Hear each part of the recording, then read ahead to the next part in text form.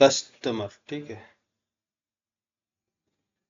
Customer की requirement ये है कि जो डेटा इसके अंदर मैं स्टोर करूं, ठीक है, चाहे वो क्या हो सकती है, डेटा डेटा में इमेज हो सकता है, audio audio video, any flat files, कुछ कोई भी फ्लैट फाइल हो सकती है ना। तो इस तरह का डेटा कस्टमर वो चाहता है फ्रिक्वेंटली एक्सेस, लगातार उसको एक्सेस कर सके, फ्रिक्वेंटली एक्सेस। दूसरा चाहता है कस्टमर कस्टमर टू, दूसरे कस्टमर की रिक्वायरमेंट ये है कि वो डेटा जो स्टोर कर रहा है वो एक्सेस तो करना चाहता है, बट इन मंथ में, ठीक है, इन फ्रीक्वेंट एक्सेस, लगातार नहीं, ठीक है, मंथ में। अलग कस्टमर चाहता है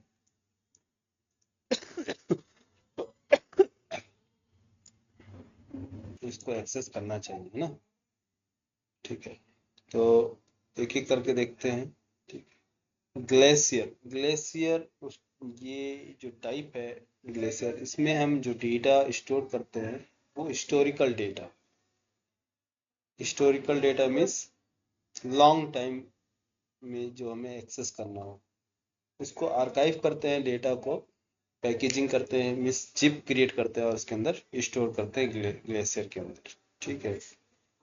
रिक्रिएट लेस एक्सेस डेटा मिली सेकेंड्स, तो डिफरेंट डिफरेंट टाइप का ये है, इसमें दिए रहा।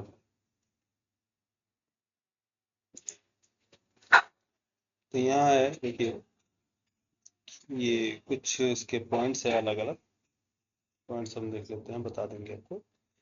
तो एक बार रीड करते हैं। S3 स्टैंडर्ड मीन्स इसको बोलते हैं फ्रिक्वेंटली एक्सेस्ड, फ्रिक्वेंटली एक्सेस्ड को क्या बोलते हैं, S3 standard. High performance, high durability storage for frequently accessed data such as cloud app, website and content distribution। तो S3 स्टैंडर्ड कब यूज करेंगे आप,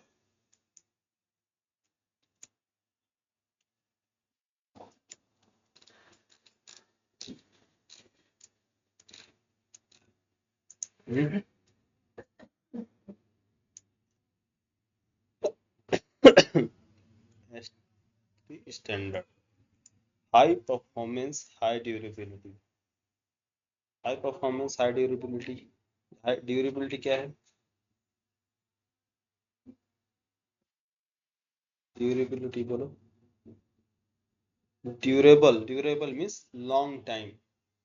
हाई अवेलेबिलिटी मीन्स 24/7, 24 घंटा पूरे all time availability. High performance कब होगी, जब लॉन्ग टाइम के लिए हमेशा ये अवेलेबल होगा, लॉन्ग टाइम के लिए, और हाईली अवेलेबल होगा।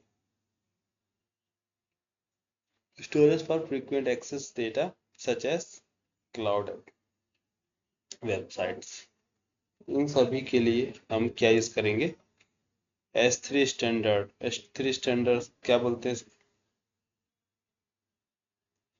फ्रिक्वेंटली एक्सेस, ठीक है। हेलो, समझ में आ रहा है, नहीं आ रहा? हम्म, नहीं समझ में आ रहा, देखो बता रहे हैं।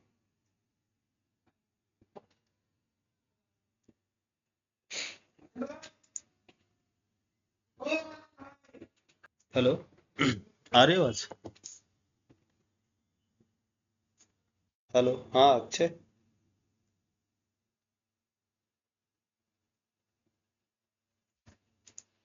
अक्षय नहीं आ रही आवाज? हेलो, हेलो, ऑडिबल है सर? आ रही है ना, हाँ। Yes sir. अच्छा अच्छा, ठीक है। तो ये देखो, एक बार लॉगिन करता हूँ, आपको दिखा रहा हूँ लॉगिन करने के बाद।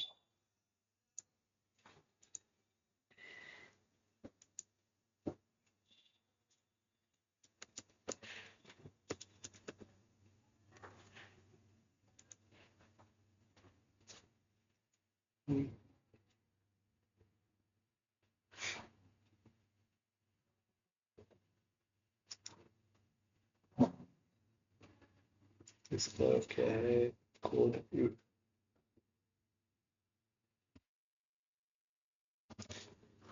424040।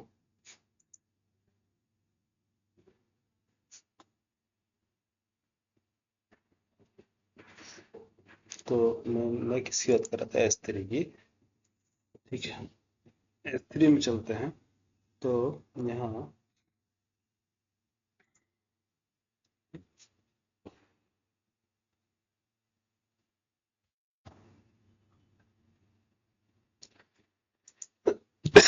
देखिए ये बकेट्स हैं।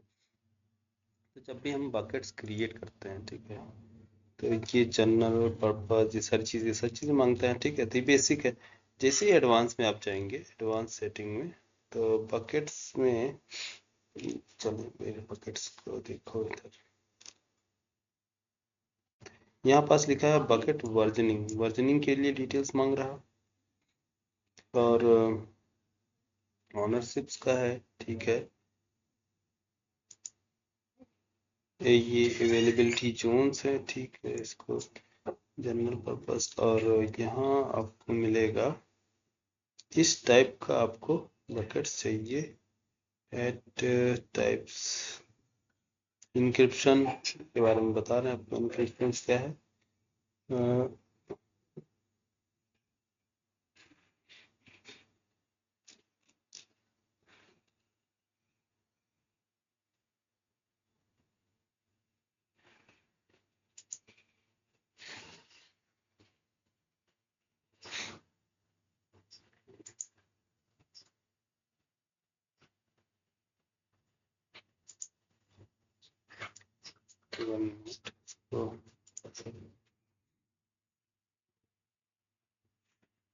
Storage management, dictionary, bucket, version access.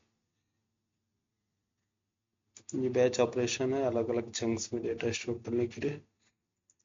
Access analyser,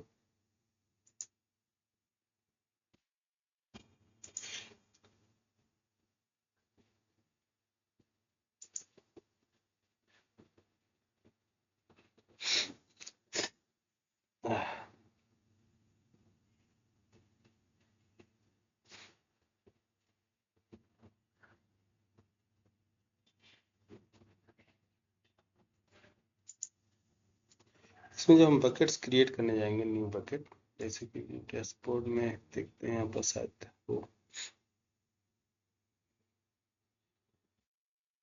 storage classes कौन सा चला गया?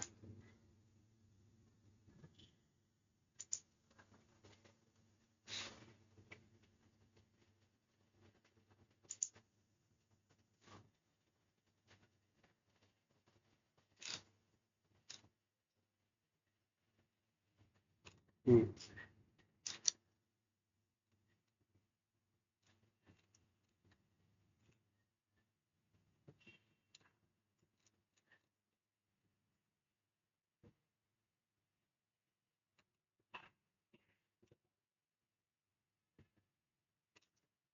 पहले क्रिएट करना पड़ेगा तभी दिखेगा, बाहर नहीं दिख रहा।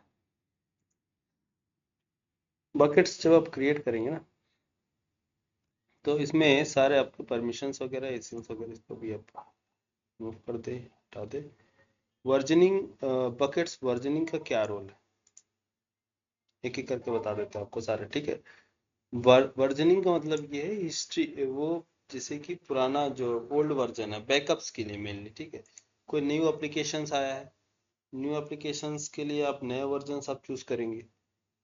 तो ओल्ड वर्जन क्या होगा, वो एक बैकअप के लिए उसको अलग कर देंगे, सेपरेट कर देंगे।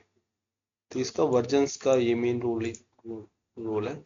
जैसे कि जेडीके हमारे पास जावा का है, जेडीके 8, जेडीके 9, जेडीके 10, 11, नए न्यू न्यू वर्जन आता है, तो उसको क्या होता है, वर्जन अपडेट होते रहते हैं। तो इसी तरह से हमारे एप्लीकेशन है, बकेट्स है, तो बकेट्स का भी क्या है, वर्जनिंग है। तो और हमारे पास नया वर्जन अब भी हमारे पास आएगा, मतलब नए एप्लीकेशंस हैं हमारे पास, तो इसको बकेट्स क्या होंगे, ये ओल्ड बकेट्स हो जाएंगे। तो इसको बाय डिफॉल्ट क्या होता है, वर्जनिंग डिसेबल होती है, इसको एनेबल करना होता है। तो अगर आप एनेबल करेंगे तो जो इसमें आप एप्लीकेशन या जो भी चीज़ें आप डिप्लॉय कर रहे हैं, होस्ट कर रहे हैं, तो वो सारी चीज़ें क्या होती उस वर्जन में आ जाए, स्टोर होंगी। अब न्यू न्यू वर्जन आया है, तो अब ये बकेट्स क्या होगा, आपका ओल्ड बकेट्स होगा, और न्यू जो होगा वो न्यू लेटेस्ट बकेट्स होंगे, तो उसमें लेटेस्ट। तो इस तरह से वर्जनिंग के लिए हम यूज करते हैं। ठीक है, तो versioning is a mean of keeping multiple variant of an object in the same buckets. You can use versioning to preserve, retrieve, and restore every version of every object stored in your S3 buckets. With the versioning, you can easily recover from both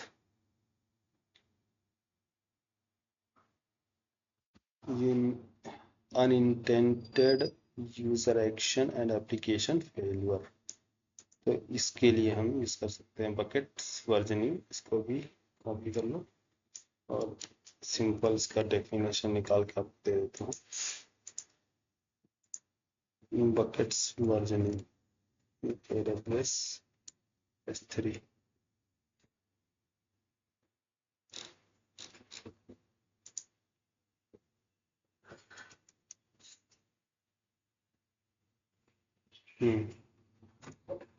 ये buckets versioning है, ये सारी चीजें इसमें दिया हुआ है।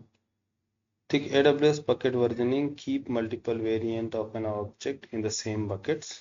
ये help protect data against accidental delete और overwrites। अगर कोई चीज़ एक्सीडेंटली डिलीट हो गई है या फिर ओवरराइट हो गई है, तो ये एक प्रकार का वो क्रिएट करता है आपका वर्जन। तो उस वर्जन की हेल्प से आप क्या कर सकते हैं, अगर आप डिलीट करेंगे तो ऑटोमेटिक ये एक टैग्स क्रिएट कर देता है, जिसकी हेल्प से आप क्या कर सकते हैं, उसको यूज कर सकते हैं, रीयूज कर सकते हैं, डायरेक्ट डिलीट नहीं होगा आपका डेटा। तो इसके लिए हम यूज करते हैं बकेट्स वर्जन। ठीक है, इनक्रिप्शन। इनक्रिप्शन क्या होता है, बकेट्स इनक्रिप्शन।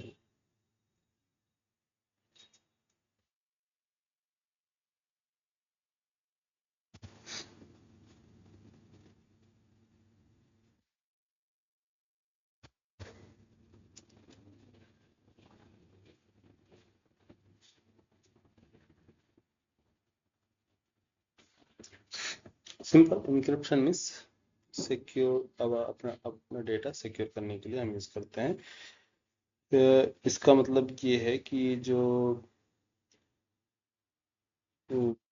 डेटा जो हम कन्वर्ट करते हैं रीडेबल फॉर्मेट में, रीडेबल फॉर्मेट से वो उसमें किस में चला जाता है, अनरीडेबल फॉर्मेट में। तो इंक्रिप्शन जो होता है, इंक्रिप्शन का मतलब सिंपल रीडेबल फॉर्म से अनरीडेबल फॉर्म में कन्वर्ट कराना, फॉर्मेट से कन्वर्ट हो जाएगा। तो वो जो चीज़ें होगी क्या, जो डेटा में इसमें स्टोर होगा वो इनक्रिप्टेड हो जाएगा, इसीलिए हम यूज़ करते हैं इनक्रिप्शन। ठीक है, तो सर्वर साइड, इसमें इनक्रिप्शन के डिफरेंट डिफरेंट टाइप्स हैं। तो सर्वर साइड इनक्रिप्शन, एक होता है इन ट्रांजिटिव, इन ट्रांजिट। दूसरा होता है डेटा एट रेस्ट। यहाँ देखो दिखा रहा है क्या, इन ट्रांजिट और data at rest. In transit means इस encryption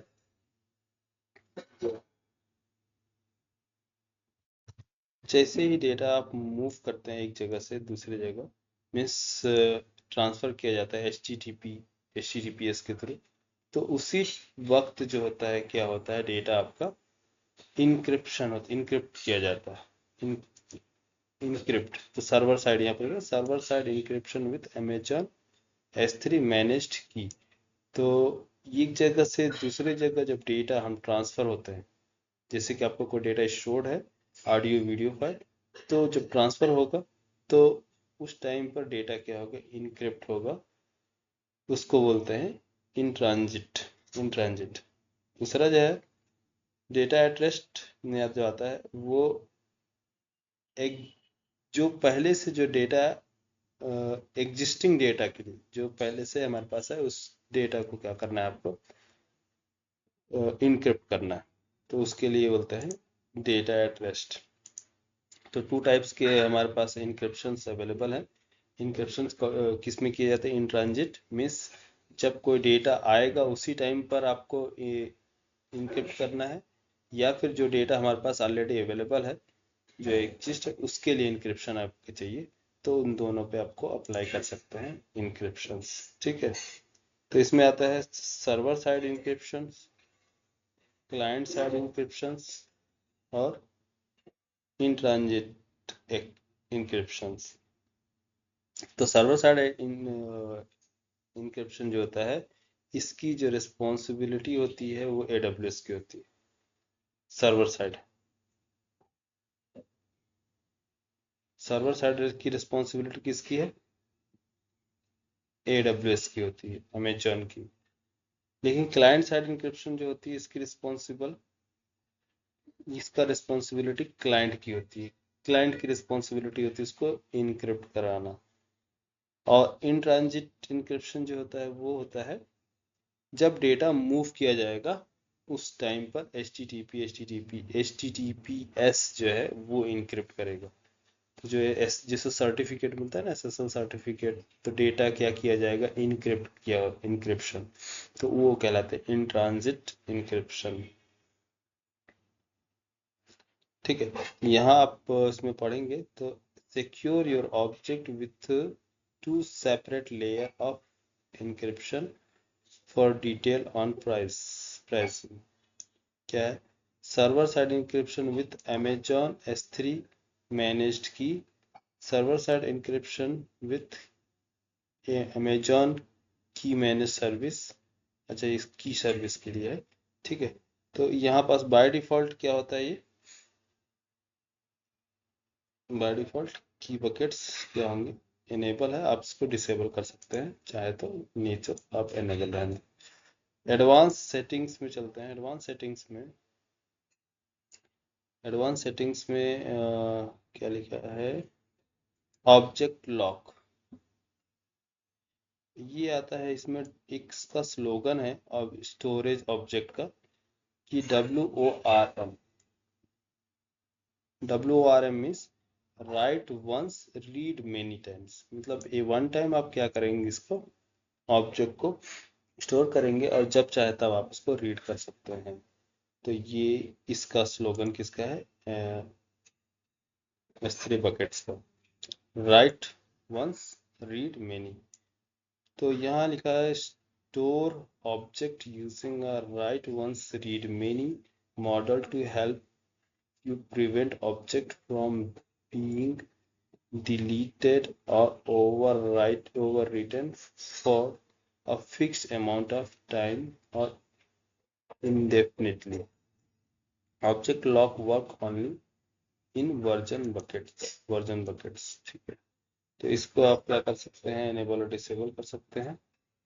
permanently allows object in this bucket to be logged। और इसमें एक काम और देखते हैं, ऑप्शंस है। ठीक है, बकेट टैग्स वगैरह दे सकते हैं। चूज बकेट, यहाँ लिखा है copy setting from choose buckets. तो चूज बकेट्स जो भी आपके पास ऑलरेडी अवेलेबल है बकेट्स एग्जिस्टिंग को चूज करने के लिए। ठीक है, जनरल पर्पस बकेट का नेम क्या होना चाहिए? यूनिक होना चाहिए।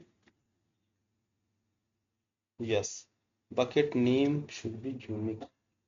Bucket name must be 3 to 63 characters and unique within the global namespace। क्योंकि ग्लोबली जो इसका नेम जो है बकेट्स क्या होना चाहिए? इसका यूनिक होना चाहिए name. Buckets name must also be end with letter और नंबर्स। तो बकेट का नेम आपको हमेशा यूनिक रखना है। ताकि, और यूनिक कैसे, बकेट का नेम कैसे प्रोवाइड करेंगे? क्या यूनिक नेम देंगे? जो भी आपका कंपनी का नेम हो या फिर जो भी आपका प्रोजेक्ट का नेम हो, उसके अकॉर्डिंग आप बकेट्स का नेम आप दे सकते हैं। डुप्लीकेट तो ये एक्सेप्ट नहीं करेगा बकेट्स, क्योंकि ये क्या होता है? आपका रीजनल होता है बकेट। जैसे मैंने दे दिए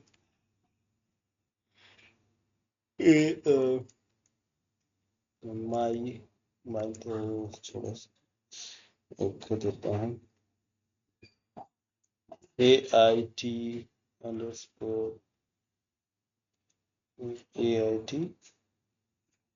न्यू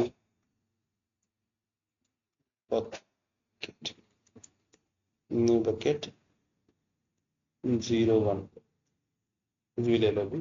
AIT न्यू बकेट 01 इस नाम से बकेट्स क्रिएट करते हैं। यहाँ पास इसको आप क्या किए हैं, block public access setting for this bucket.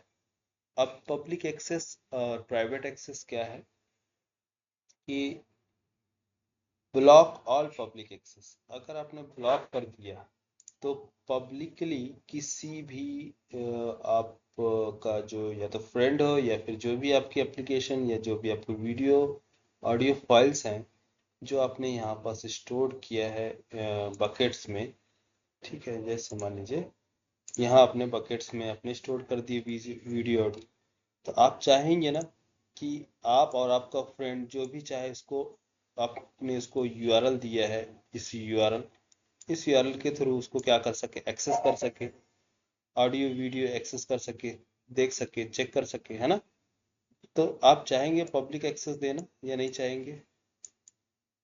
अगर आप चाहते हैं कि पब्लिकली एक्सेस हो, क्यों? क्योंकि हो सकता है कि ये जो इमेजेस आपने अपलोड किया है या ऑडियो वीडियो अपलोड किया है ये किसी वेबसाइट में रन हो रहा हो, वेब एप्लीकेशन पे, वेबसाइट्स पे। तो वेबसाइट्स में कैसे ये जाएगा, ये किसी भी वेब एप्लीकेशन में इसकी इमेजेस वीडियो जो है वो कैसे एक्सेस करेंगे? तो उसके लिए आप पब्लिक और प्राइवेट रिक्वायरमेंट के अकॉर्डिंग आप दे सकते हैं। तो पब्लिक एक्सेस कैसे अलाउ करेंगे, तो यहाँ कोई चीज़ें पूछ रहा आपसे कि block all public access is granted to bucket and objects through access control list, bucket policy, access point policies और alls। ठीक है, इसको आप पढ़ सकते हैं। तो अगर आप देना चाहते हैं तो यहाँ से क्लिक, अगर नहीं देना चाहते हैं तो रिमूव कर सकते हैं। ठीक है, तो मैंने यहाँ पास बाय डिफॉल्ट ऑल कर दिए हैं सभी को, पब्लिकली एक्सेस यस, सभी को एक्सेस है। वर्जन, अगर आप यहाँ पास वन टाइम क्लिक करते हैं वर्जन्स पे तो ये आपका बाय डिफॉल्ट क्या होता है, डिसेबल होता है। आप इसको बकेट वर्जन एनेबल कर दी तो एक बार बकेट्स का वर्जन क्रिएट होगा तो नेक्स्ट टाइम आप इसको क्या कर सकते हैं, डिलीट नहीं कर सकते, रिमूव नहीं कर सकते। आप क्या कर सकते हैं, इसको अपडेट कर सकते हैं और इसको रिम हटा नहीं सकते। ठीक है, tags, tags name, encryption clear हो गया, एडवांस में। अब चलते हैं स्टोरेज क्लास। स्टोरेज क्लासेस में बकेट्स, देखो यहाँ पास क्या होता है ना, ग्लोबली होना चाहिए, मतलब यूनिक होना चाहिए। ये सारे ये क्या बोला, bucket name contents invalid character, अच्छा इनवैलिड करेक्टर 01 डालते हैं। ठीक है, देखते हैं, क्रिएट न्यू बकेट्स।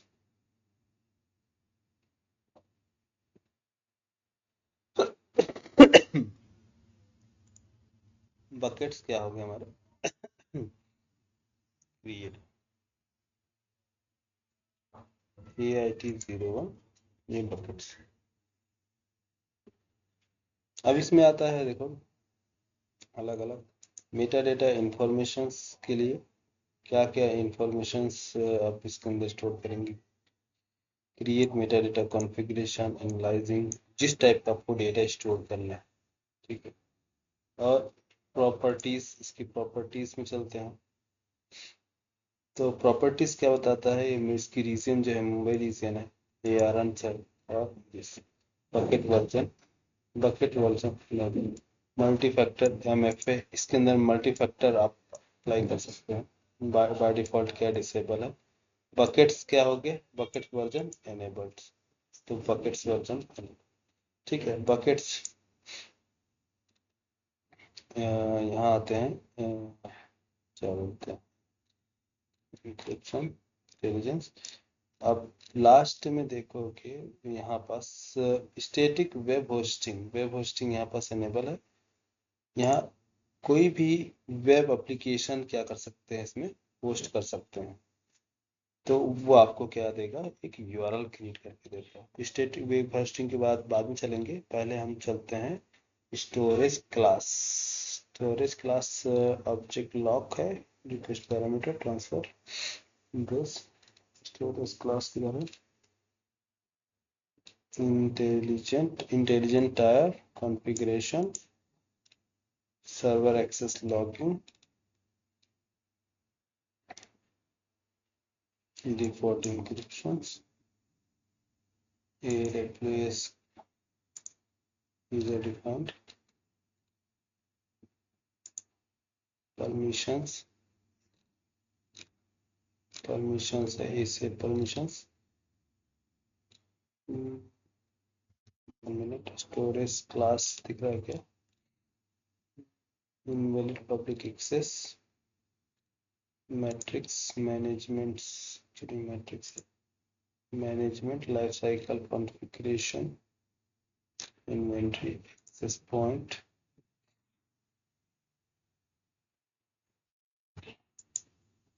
ऑब्जेक्ट्स में होना चाहिए। तो एक्चुअली ऑब्जेक्ट्स है मेटा डेटा ये आई थिंक स्टोरेज क्लास किधर डाल दिया।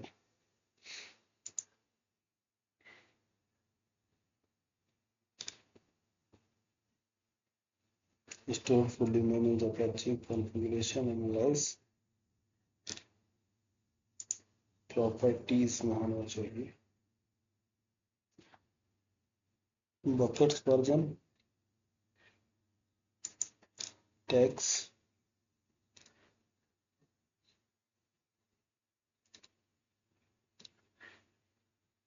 एक ये है, लेकिन बाकी कहाँ क्रिएट कॉन्फ़िगरेशन। अच्छा कॉन्फ़िगरेशन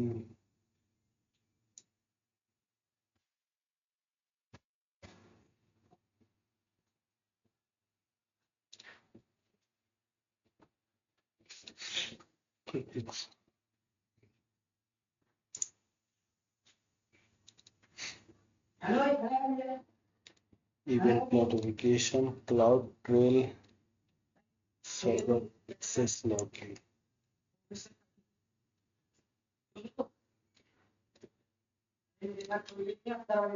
स्टोरेज क्लास है, स्टोरेज की इंफॉर्मेशन एंड में रहती।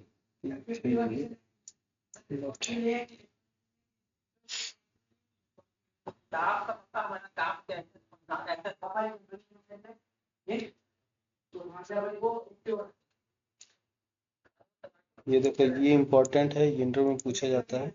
ट्रांसफर एक्सेलरेशन क्या होता है? ट्रांसफर एक्सेलरेशन मींस ये सारे इंपॉर्टेंट्स है, कुछ भी आपसे पूछ सकता है। स्टैटिक वेब होस्टिंग्स, ये जितने भी सब इंटरव्यू में पूछे जाने वाले क्वेश्चंस है ना। इवेंट ब्रिज क्या होती है? ट्रांसफर एक्सेलरेशन जो होती है, इसके लिए हम जैसे कि कोई डेटा ट्रांसफर करना है एक जोन से दूसरे जोन में, डिफरेंट जोन में, या फिर एक रीजन से दूसरे रीजन में, तो इंटरनेट की स्पीड क्या होती है, स्लो होती है। तो स्लो होने की वजह से वो डेटा बहुत लेट मिस टाइम लगता है ट्रांसफर होने में। अगर आप चाहते हैं कि डेटा जो है फास्ट ट्रांसफर हो कम टाइम में, तो उसके लिए इसको एनेबल करना होता है, डेटा एक्सेलरेशन ट्रांसफर एक्सेलरेशन। तो स्पीड इसकी काफ़ी हाई हो जाती है, लेकिन इसका चार्जेस पे करने होते हैं, चार्जेस काफ़ी कॉस्टली होते हैं। ठीक है, तो use and accelerate and point for faster data transfer, नाम से ही पता चल रहा। तो इसको आप क्या कर सकते हैं, यहाँ से एडिट इनेबल कर सकते हैं। इनेबल करेंगे तो यहाँ पर सीधे सीधे आपका पैसे वगैरह चार्जेस कटने लगेंगे, इसके चार्ज लगते हैं। ठीक है, तो डिसेबल बाय डिफॉल्ट अभी क्या है, डिसेबल है। बकेट वर्जनिंग में भी आप जाके एडिट और डिलीट कर सकते हैं। इसमें डिलीट नहीं होता है, रिमूव नहीं होता, सस्पेंड कर सकते हैं। क्या मैंने बताया, बकेट वर्जन एक बार अगर आपका क्रिएट हो गया है तो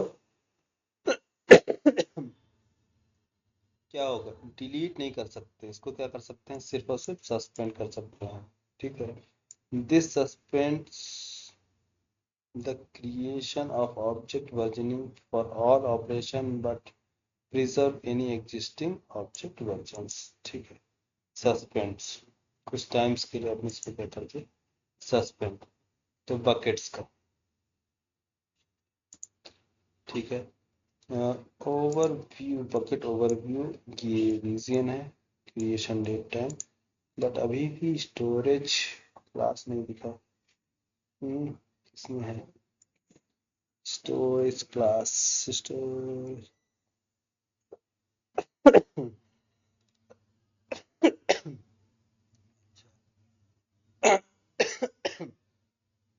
कोई चीज़ है, चलो डेटा, अगर हम ऑब्जेक्ट में चलते हैं यहाँ से,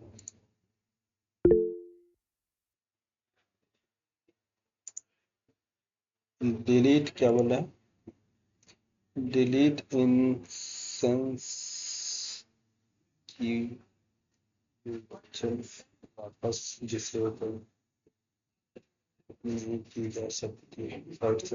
हाँ, इसको वापस से, जैसे आप में एक बार वर्जन अप्लाई कर दिए तो वर्जन आपका क्रिएट हो जाएगा, उस वर्जन को आप रिमूव नहीं कर सकते। जैसे वर्जन है ना, आपने सोचा कि आपने रिमूव कर दे, वर्जन की अब हमें जरूरत नहीं है, नहीं, वर्जन क्या होगा, सस्पेंड हो जाएगा, मतलब उसका आप यूज नहीं कर सकते एक प्रकार से, लेकिन डिलीट नहीं होगा। फिर अगर इन फ्यूचर अगर आपको चाहिए तो उस वर्जन को एनेबल कर सकते हैं, मीन्स इसको बैकअप की तरह हम ट्रीट करते हैं, मतलब आपका डेटा हमेशा अवेलेबल रहेगा, वर्जन, उस वर्जन से आप क्या कर सकते हैं, डेटा को फेच कर सकते हैं इन फ्यूचर। तो बैकअप के लिए हम इसका इस्तेमाल करते हैं वर्जन्स का। ठीक है, बकेट्स वर्जनिंग यहाँ पर बता रहा है ना, version ID suspension, if version is suspend new objects get a null version ID but existing version remains, है ना। Storage cost, because every version is stored storage uses and cost will be increased। Management, ठीक है, managing version object, restoration deletion, deleting an object in version buckets, add a delete marker instead of permanently removing the file। तो यहाँ पास लिखा ना, तो permanently इसको remove नहीं करता है, डिलीट मार्कर, एक डिलीट मार्कर टाइप का बना देता है, मीन्स आपका ऐसा होगा कि डिलीट हो गया, लेकिन वो मार्किंग के लिए उसको delete marking, delete marks mark करता है। ठीक है, MFA delete, you can add an extra layer of security requiring MFA, multi-factor authentication, फिर परमानेंट डिलीट होगा। तो ये है आपका वर्जन के लिए, वर्जनिंग के लिए।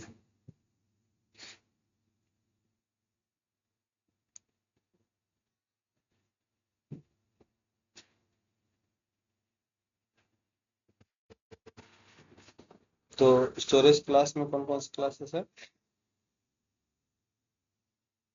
Standard access,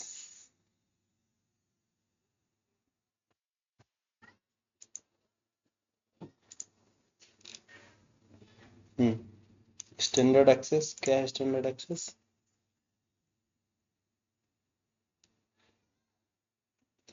we can use we can use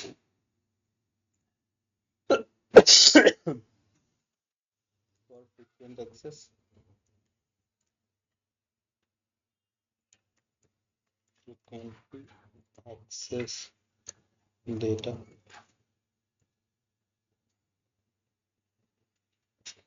this is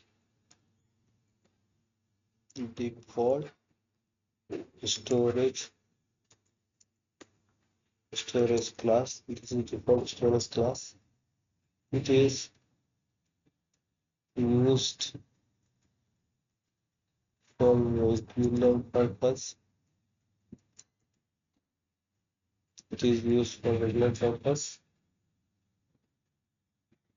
regular purpose, for example websites, photo, audio, video, images, है ना। No retrieval charges, no retrieval charges,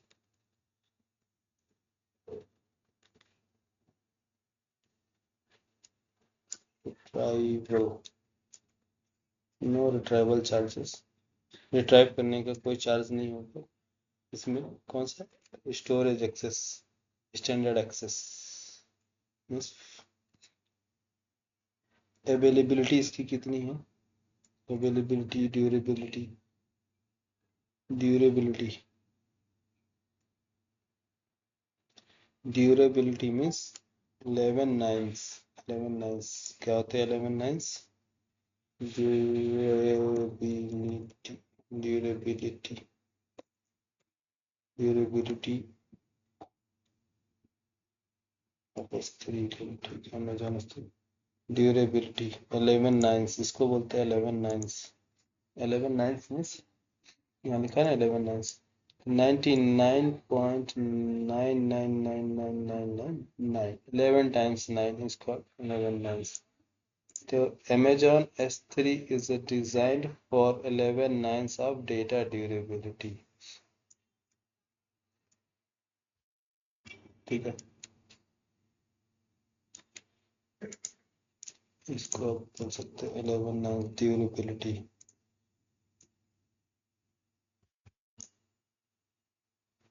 durability, ठीक है।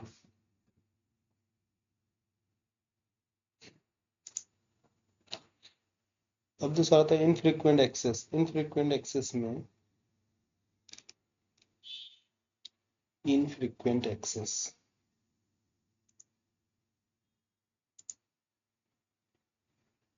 इनफ्रीक्वेंट एक्सेस, इनफ्रीक्वेंट एक्सेस हो या फिर ये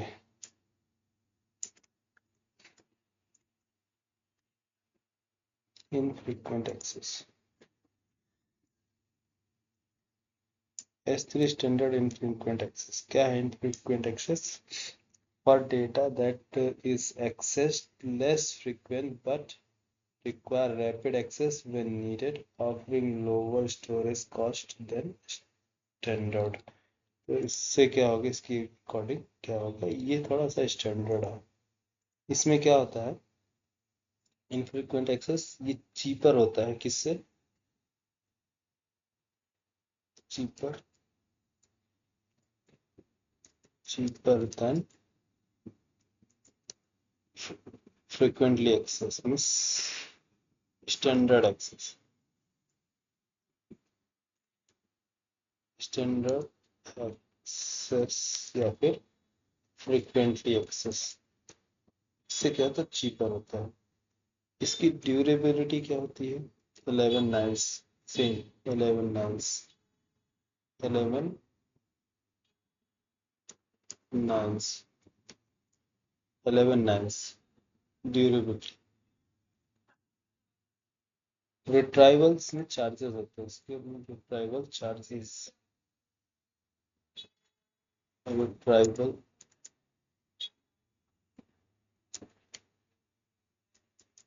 रिट्राइवल चार्जेस एप्लीकेबल,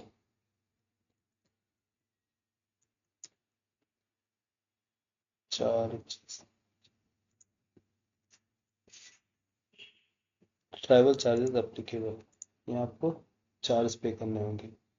अच्छा, में मिनिमम ड्यूरेशन भी होता है इसका। मिनिमम ड्यूरेशन, ड्यूरेशन क्या होना चाहिए, means 1 month, means 30 days, 30 days और 1 मंथ, 1 मंथ का होना चाहिए कम से कम ड्यूरेशन। तो स्टैंडर्ड फ्रिक्वेंटली एक्सेस का आप देखेंगे तो इसको स्टैंडर्ड आईए भी बोलते हैं। आईए मीन्स इनफ्रिक्वेंटली एक्सेस्ड, इनफ्रिक्वेंटली एक्सेस को बोलते हैं आईए। तो इसके बारे में भी देख लेंगे, ठीक है। नेक्स्ट आता है one zone infrequent access, one zone IA, similar to S3 standard IA but stores data in single availability zone, making it 20% lower cost. The single zone, one zone, infrequent access, only one zone के लिए।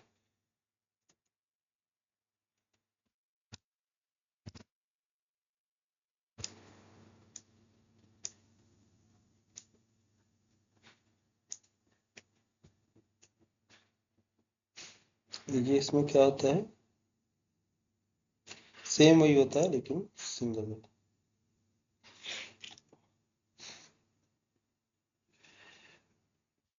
इसमें भी retrieval charges applicable होगा और 11 nice cheaper cheaper 11 nice 30 days duration same, सब कुछ क्या होगा सेम ही रहेगा, ठीक है।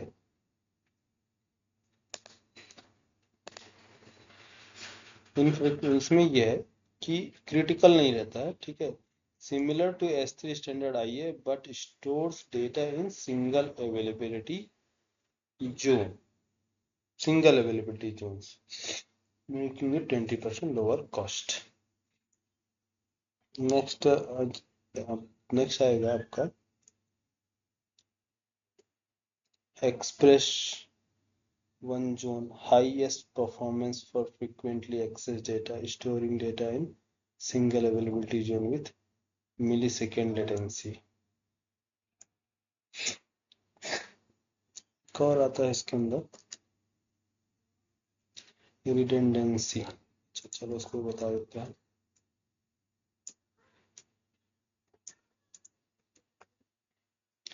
Glacier instant retrieval, glacier instant retrieval, या फिर सिंपल आपको ध्यान रखना है ग्लेशियर के बारे में, ठीक है।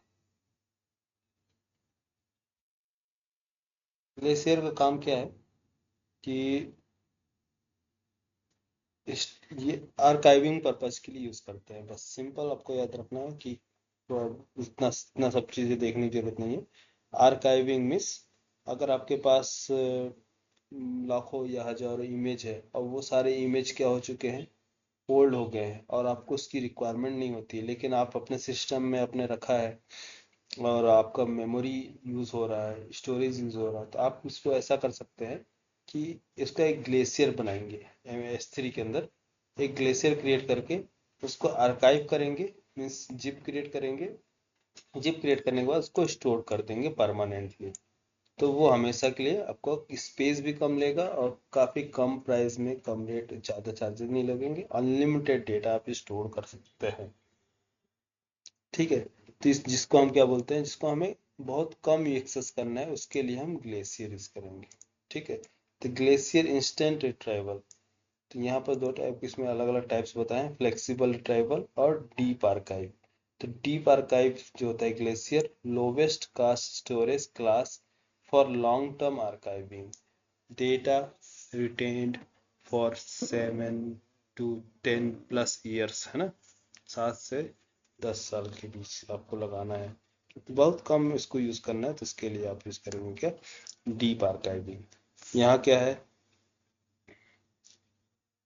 cost effective for backup and rarely accessed data with retrieval time ranging from minutes to hours, मतलब कभी कुछ कुछ मिनट्स या कुछ आवर्स के लिए आपको एक्सेस करना है, तो आपको उसके लिए आप फ्लेक्सिबल रिट्राइवल आप यूज कर सकते हैं। Instant archiving data with immediate access designed for scenario like medical images और न्यूज एसेट्स, तो उस टाइप के लिए इमीडिएट एक्सेस करने के लिए ग्लेशियर्स वगैरह बनाएंगे, इमेजेस वगैरह के लिए, ठीक है। तो डिफरेंट डिफरेंट टाइप के हैं आपके क्या है ग्लेशियर्स। तो ग्लेशियर्स का यूज क्या होता है? आर्काइविंग पर्पस के लिए। ठीक है, याद रहेगा।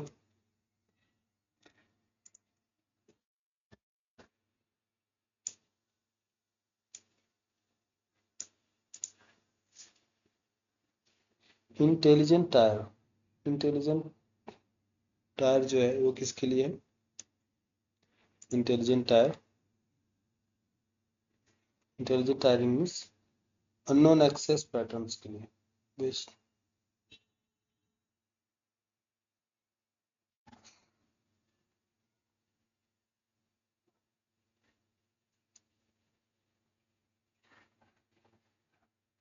ठीक है, तो automatically move data between frequent access and infrequent access tier to save cost when access pattern are unknown or changing।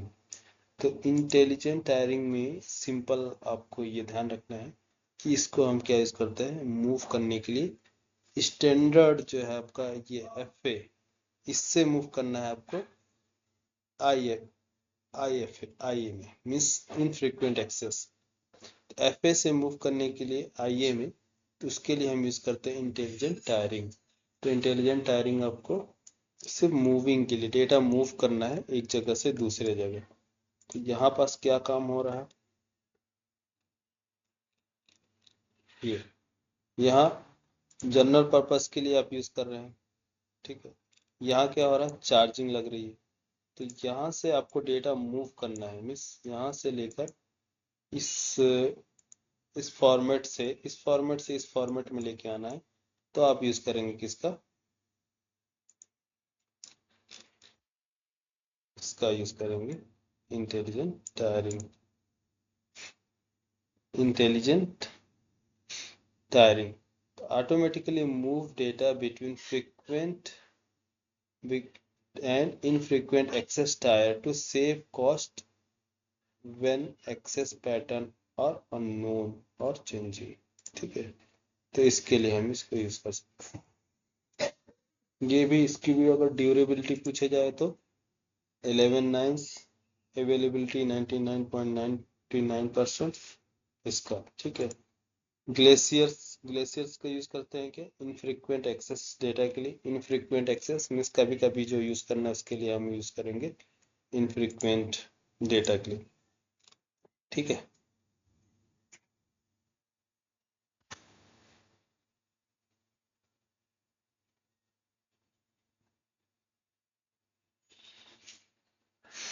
क्या एक स्टोरेज क्लास से हम दूसरे स्टोरेज क्लास में डेटा मूव कर सकते हैं? अगर आपसे पूछा जाए, इंटरव्यू पूछता है कि मान लीजिए हमारा ग्लेशियर है, ग्लेशियर से मूव करना चाहेंगे आईए में इनफ्रीक्वेंट एक्सेस में, या इनफ्रीक्वेंट एक्सेस से मूव करना चाहें एफएम में फ्रीक्वेंट एक्सेस में, या वहां से मूव करना चाहे जोन में, तो क्या मूव कर सकते हैं? पॉसिबल है, यस पॉसिबल है। लेकिन इसके लिए हमें क्या चाहिए, लाइफ साइकिल मैनेजमेंट कॉन्सेप्ट। उसके लिए हमें लाइफ साइकिल मैनेजमेंट कॉन्सेप्ट अब उसको बनाने होंगे। ठीक है, लाइफ साइकिल मैनेजमेंट कॉन्सेप्ट जो है policies, life cycle management, life cycle configurations. Life cycle configuration हमें क्रिएट करने होंगे, यहाँ पास क्रिएट करेंगे इसकी life cycles. Choose choose a rule scopes, filter type flexible, object tags names वगैरह दे सकते हैं। ऑब्जेक्ट की साइजिंग, कितनी साइज है, minimum size, max size. Life cycles rules, transit transition current version of object between storage class, कहाँ से कहाँ तक आपको देना है इसके लिए। ठीक है, तो ये सारी चीजें apply to all objects in buckets. तो लाइफ साइकिल मैनेजमेंट कॉन्सेप्ट में हम क्या करेंगे, इन्वेंटरी कॉन्फ़िगरेशन है, रेप्लिकेशंस भी क्रिएट कर सकते हैं मीन्स डुप्लीकेट्स वगैरह। ठीक,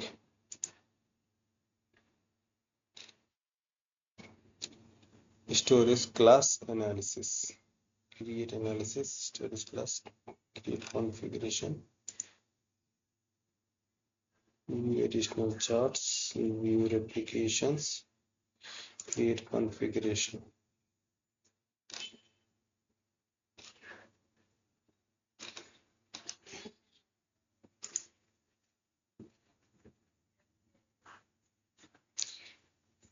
ये स्टोरेज क्लास एनालिसिस और यहाँ आई थिंक शायद हो मैट्रिक्स है,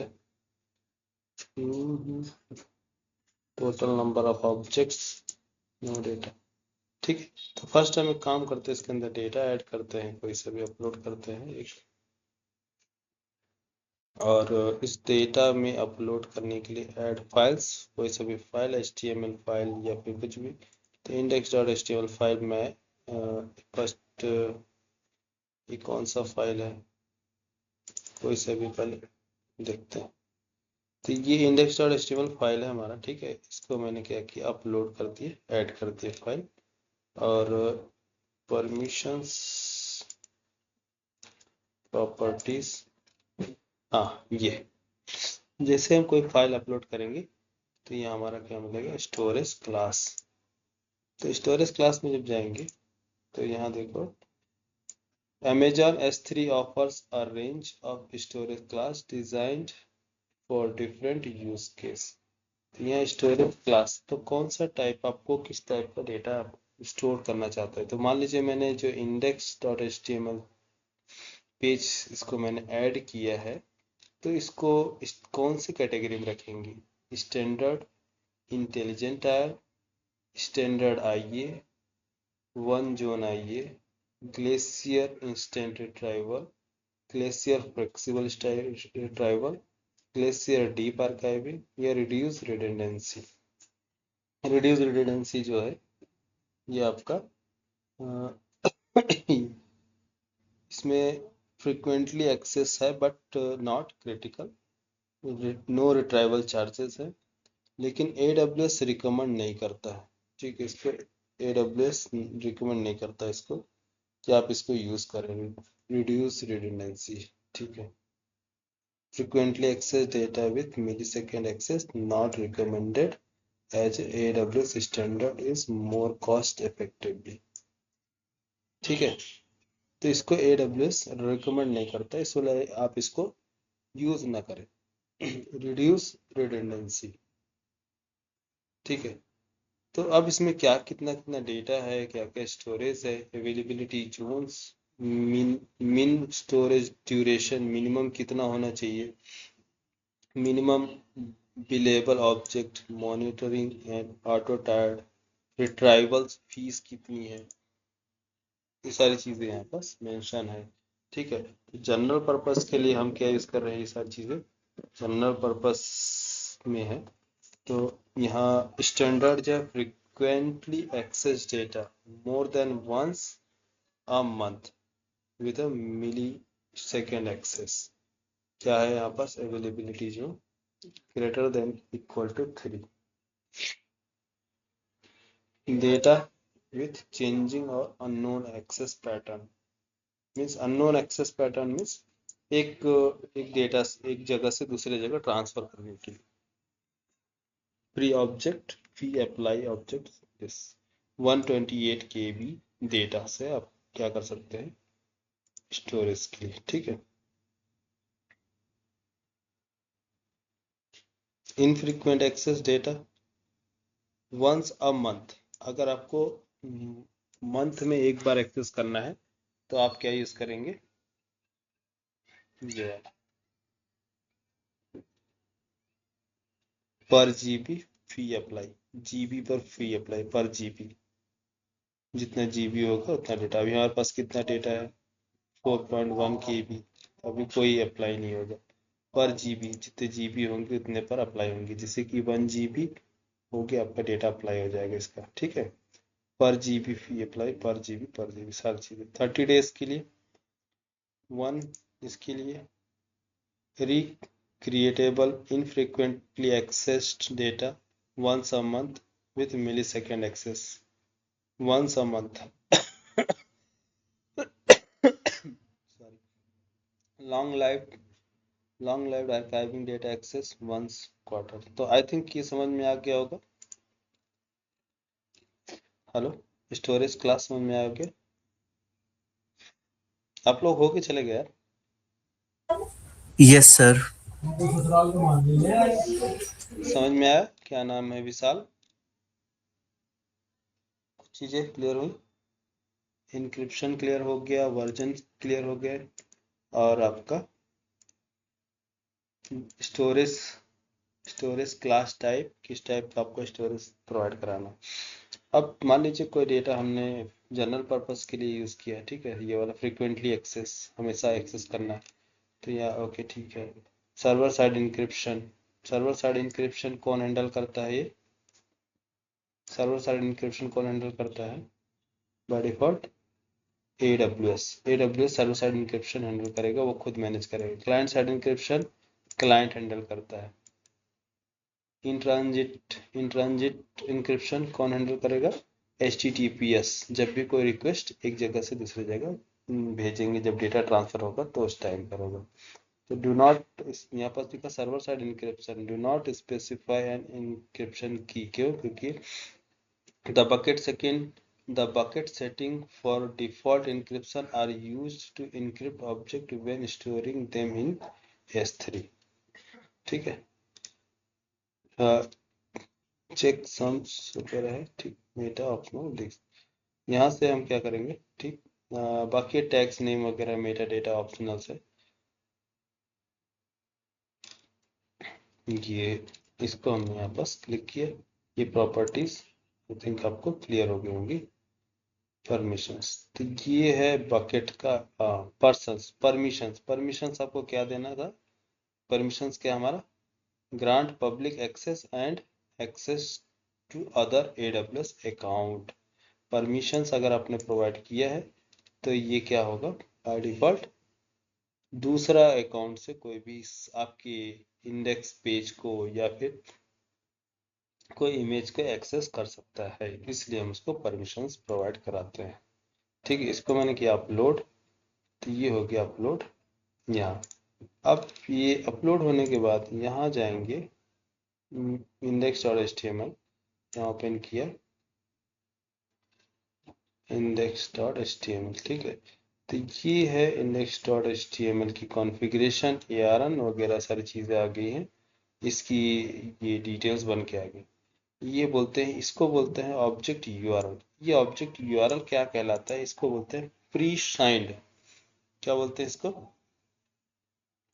pre signed URL।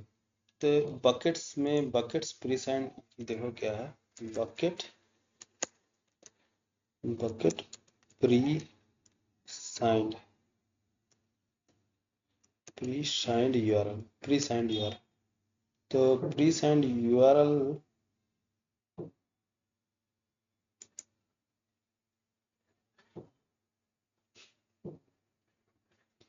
By default Amazon S3 objects are private.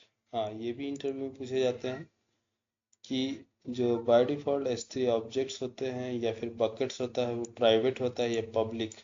तो क्या होता है बाय डिफॉल्ट? प्राइवेट्स।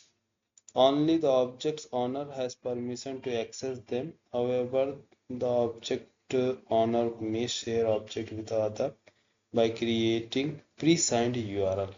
क्या है ये? अब pre-signed URL समझ में आया क्या आता है pre-signed URL? A pre-signed URL use security credential to grant time limit permissions to download objects। तो pre-signed URL,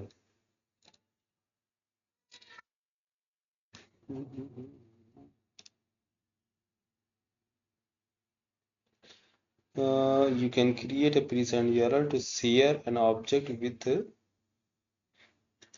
writing and code। अच्छा, टाइम कितना हो गया? टाइम, अच्छा टाइम 10:30 हो गया क्या? ठीक है, बस यूजिंग कंसोल। तो ये एक्चुअली डॉक्यूमेंट है, डॉक्यूमेंट को अगर आपको स्किप करना तो कर दो। तो ये ऑब्जेक्ट्स URL, इसको बोलते हैं प्री साइंड URL। तो ये प्री साइंड URL का काम क्या होता है? किसी को भी अगर शेयर करना है आपको अपना डॉक्यूमेंट, तो आप क्या प्रोवाइड करेंगे? ये pre signed URL। Pre send URL से वो आपके डॉक्यूमेंट्स को एक्सेस कर सकता है। तो अब इसमें प्री सेंड यूआरएल को कैसे देंगे? बाय डिफॉल्ट ये क्या होता है, प्राइवेट से। तो इसमें स्टोरेज क्लास क्या है?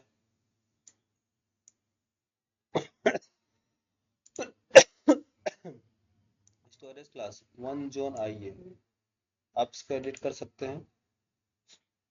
यहाँ देखिए वन जोन आई, स्टैंडर्ड आपने डाल दिया, सेव चेंज। अब यहाँ पर से इसका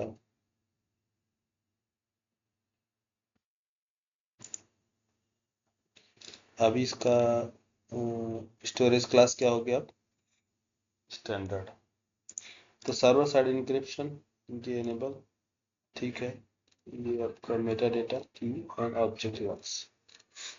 अच्छा, अब मैं आपको बता रहा हूँ इसमें परमिशंस एंड वर्जन्स। तो यहाँ वर्जन देखिए, ये वर्जन्स ऑटोमेटिक क्रिएट हुआ है। पहला वर्जन जो क्रिएट हुआ था, ये क्या क्रिएट किया था? One zone A. अब दूसरा क्या हो गया, क्रिएट हो गया ये वर्जन्स क्रिएट हो रहे ना। ये होता है बैकअप्स।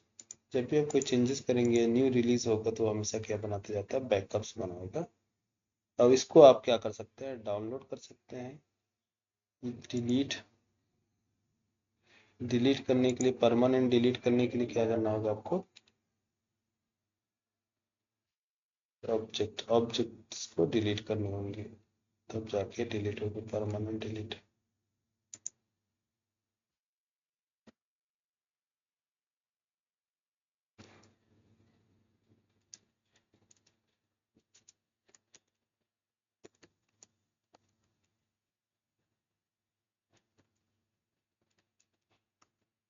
डिलीट ऑब्जेक्ट्स डिलीट करेंगे तो आपका परमानेंट डिलीट होगा, अदरवाइज डिलीट नहीं होगा। ठीक है, तो ये हो गया यहाँ से डिलीट। इस पर भी क्लिक किया, डिलीट। ऐसा डाउनलोड नहीं करना था, डिलीट करना। Share with pre send URL नहीं, डिलीट करना है, डिलीट कर दो।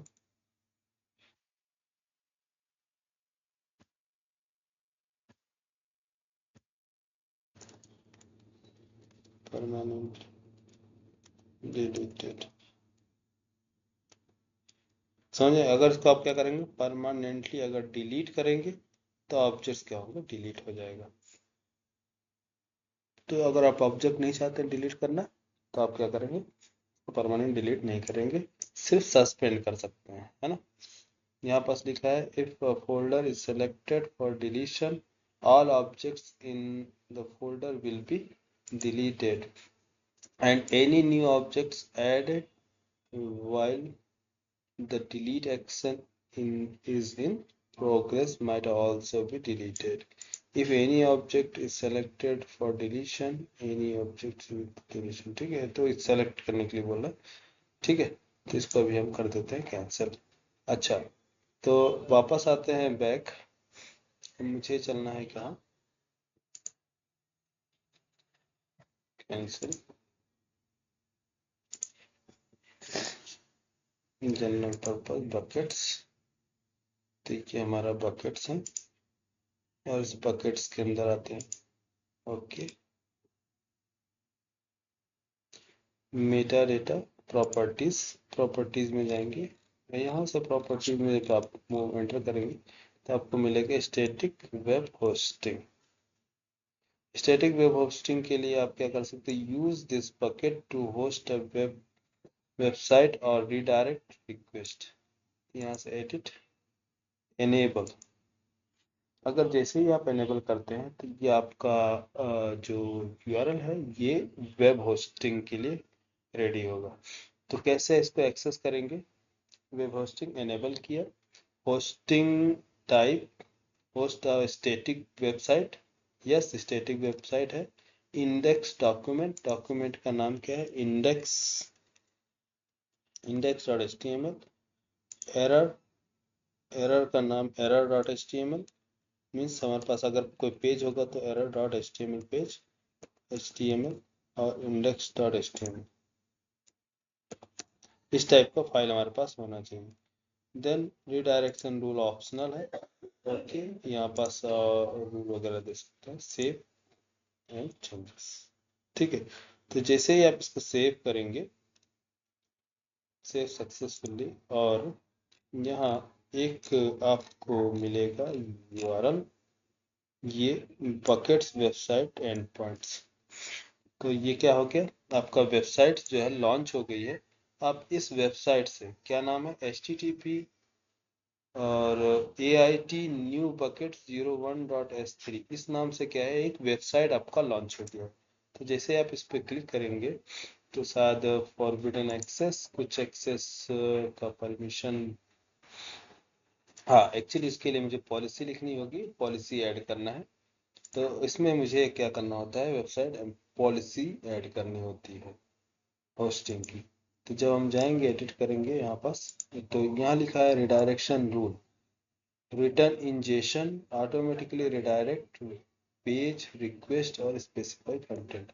तो यहाँ मुझे एक ARN नंबर की हेल्प से इसको क्या करना होगा, इसमें एक जेसन फॉर्मेट बनाने होंगे, और उस फॉर्मेट को यहाँ पेस्ट करेंगे, तब जाके ये रूल अप्लाई होगा। तो कल इसके बारे में बता देंगे कैसे स्टैटिक वेबसाइट होस्ट करते हैं यहाँ पास। ठीक है, हेलो हेलो, आ रही है आवाज, हो कि चले गए, हेलो, सर। अवेलेबल हो ना? चलो ठीक है, आज के लिए इतना रहने देते हैं। यहाँ तक समझ में आ गया कुछ कॉन्सेप्ट S3 के, स्टोरेज क्लास, इंक्रिप्शन, परमिशंस, और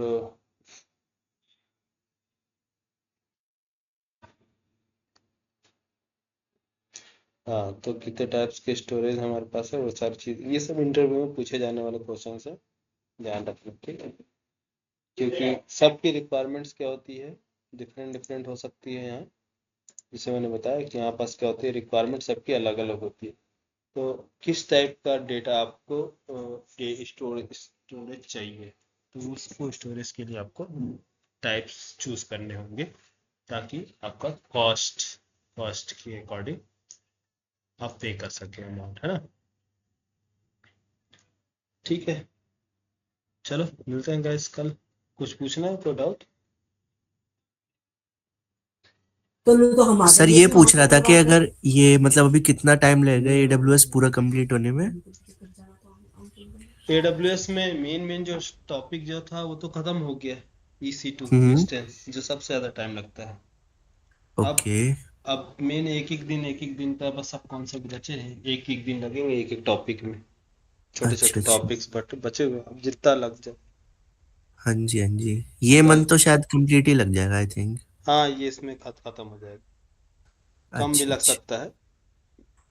ओके। तो फिर सर क- डेवऑप्स का रहेगा उसके बाद से ना? हाँ इसके बाद डेवलप चलेगा। अब आपका मेन जो टॉपिक था EC2 का ही था।